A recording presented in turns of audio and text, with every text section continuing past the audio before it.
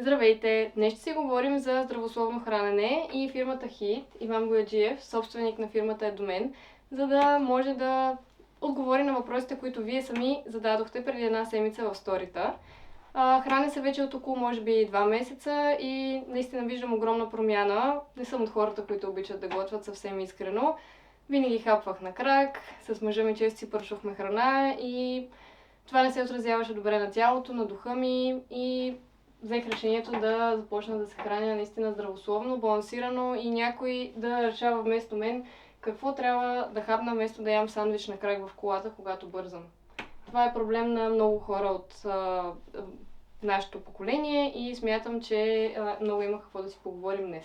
Да. Здравей! Здравей! Много ти благодаря, че ще застанеш да си поговорим малко повече днес.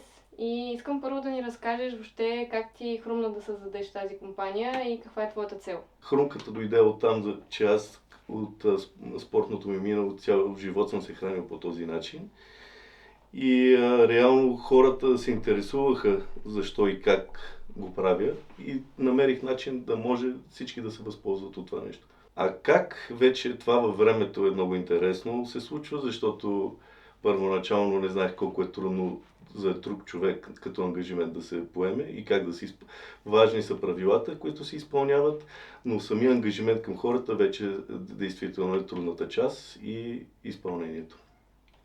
Говорим за изпълнение. Какви са менютата, които предлагате и всеки ли може да се възползва с различията тип веган, кето и така нататък? Да. Де-факто менютата са 4, които са фиксирани. Това са фитнес, баланс, енерджи и индивидуалния план, като всяка едно от тези менюта се спазват определени правила и практики, които са изключително важни, като индивидуалния план, той вече е за хора, които са с действително повече проблематики, не могат да се справят сами, или съответно професионални спортисти, които при тях нещата също са по-сложни, така и във времето, и като режим.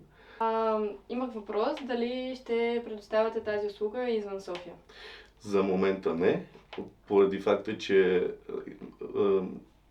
начинът на обслужване е прекалено индивидуален и като с цел да поддържаме този стандарт на обслужване и всичко да е в критериите, които ние разбираме от здравословно, балансирано и спортно хранене, не могат да се изпълняват в провинцията. Следващ въпрос от мой последовател е как да си избера какво да има в поръчката, тъй като не ям някои неща. Съветвам да се попълни анкетната карта, след което се свързваме с вас. Ако случаят е много специален от към здравословно състояние, се ползва консултант диетолог, който ще направи режима по вашите съображения и като цели, и като съобразено с здравословното състояние и като предпочитание. Да, аз мога да добавя, че наистина е изключително гъвкава услугата, тъй като много често си харесвам нещо и искам да го хапвам по-често. И когато пиша на дамата, която изпраща менютата, тя взима това предвид или пък съм от хората, които не обичат чушки. Няма нищо свързано с чушки, така че всичко, каквото съм казала, че не ми допада, не съм го видяла нито един път вече за 2 месеца. Така че... Да, ротираме ги нещата, използваме сходни продукти, като в някои случаи, когато нещата не са проблематични от висока алергийна реакция, също се прави един вид захранване, защото все пак има неща, които трябва да се консумират, а пък някои от хората ги избягват съвсем. Затова ние намираме начина, по който да ги интегрираме в тяхното меню и в начин на живот. Да. Аз колкото и да не ми се иска, имам алергия към риба и за това никога не ми изпращат, но много обичам. Един от най-важните въпроси, който всеки човек го интересува, е за ценообразуването. Въобще скъпо удоволствие ли е това нещо? Действително, от гледна точка на ценообразуване, много е важно при нас, 50% в това нещо е начина на обслужване. Това ангажимента, който поемаме и начина, по който се структурира режима индивидуално за всеки човек и ангажимента за начина на приготвяне, комбинациите и самите продукти, висок клас бутикови, които ползваме като ангажимент към нашите клиенти, де-факто се показва, че за обслужването на един човек има редица хора, които всеки полага 100% от себе си, за да всеки Божи ден, за да той да получава това, което наистина има нужда, по начина, по който трябва да бъде направено. И за мен това нещо си заслужава. За теб не знам къде преценя. Ами да, абсолютно. Аз самата връщам отговор на хората, които ме питат, тъй като лично за нас, моето семейство се състои от мен и мъжа ми, които доста често се възползвахме от това да поръчваме храна, да ядем навън на крак. Това са изключително много пари, които знаем, че са много повече от това, което струва този тип услуга с тези 4 хранения. Тук има 3, защото вече съм закусила едното. И смятам, че абсолютно не може дори да се препокрие това, което сме давали като пари преди и това, което получаваме в момента. Ако мога да кажа и аз, че действително човек, за да спазва някакъв режим, за да може действително да живее природосъобразно, да се храни, нещата трябва да са приготвени напред. Той трябва действително този ангажимент да го няма в ежедневието си, за да може да го спазва. Има винаги форс-мажорни обстоятелства или неща, които пречат на начина ни да спазваме с нашия режим, нашата цикличност на хранене. И от тук нататък хората наистина усещат резултата от този начин на хранене. Абсолютно има огромна разлика, откакто ям такъв тип храна и нямам подуване на корема, което още когато се запознахме ти разказах, че наистина ми е много голям проблем. Очевидно е било от начина ми на хранене и въобще начина ми на живота, тъй като спортувам изключително много, но това не е достатъчно, за да имаме завършения цикъл на това ние да бъдем така здравословни, балансирани и въобще да живеем нормално. И все пак ти си млада и в твоя случай нещата са 50 на 50 като хранене и спорт. В повечето хора винаги се сещат на по-късен етап да обърнат внимание на това нещо и е много трудно сами да се справят с него. Просто защото пак идва в момент, когато човек е ангажиран, пак човек може би иска да го съчетае с спортна активност, което е също ангажимент да заучаваш нови неща. Тялото има нужди, които човек много трудно може да ги подсигури, когато се оправя сам. И да ги съчетава нещата, нали? Прочитам един много дълъг въпрос, който е от едно момиче, което наистина има желанието да пробва, но се чуди, защото няма отговор на тези въпроси. Така. Имат ли опция да посочиш много неща, които не ядеш? Това мисля, че го минахме. Също трябва ли да е всеки ден или може 3-4 пъти седмично? Въпросът е наистина много добър. Да. Сега, когато човек не се занимава професионално с спорт, не ходи по олимпиади и съответно няма здравословно на ситуация, която го ангажира да спазва стрикно 7 дена от 7 своят режим, 5 дена са абсолютно достатъчни, за да се създаде цикличност на хранене, която в крайна сметка да вкара метаболизма в правилния ход и да се постигат целите. 2 дена могат човек да се отпусне, като е важно дори... Cheat day. Той е cheat day в смисъл, че... Cheat weekend. В смисъл, че човек излиза от работната седмица, влиза в срещи с приятели, различни ситуации и той не е необходимо да се натварва психически с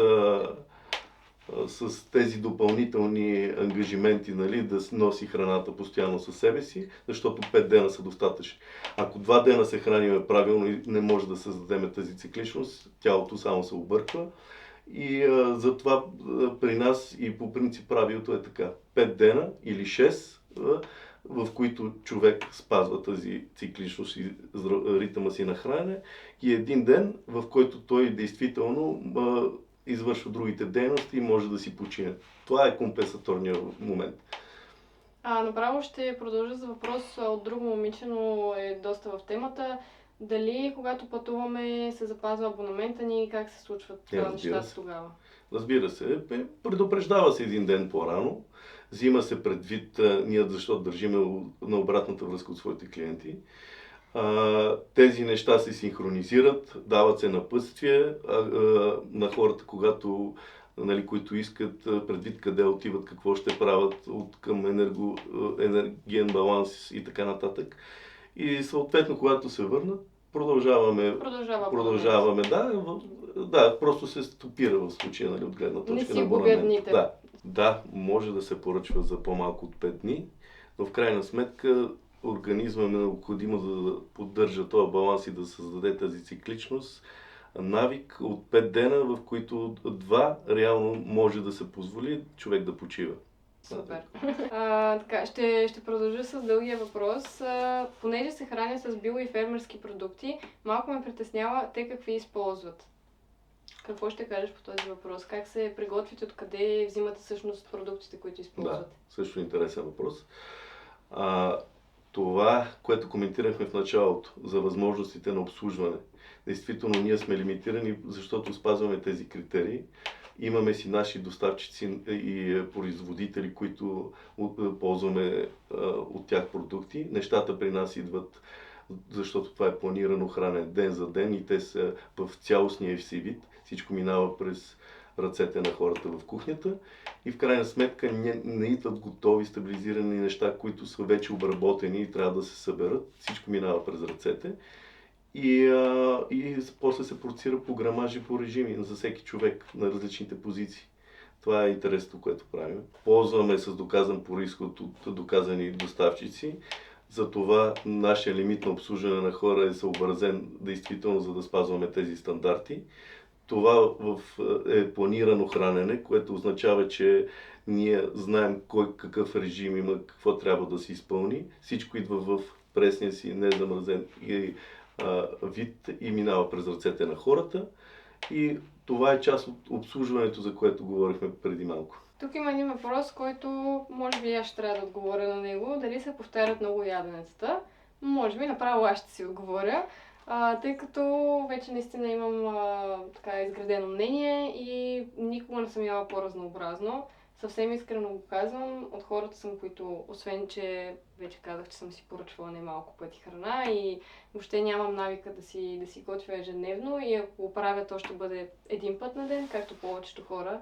Никой не може да си изготви 4 различни яденета, ако пък е и толкова заед през деня.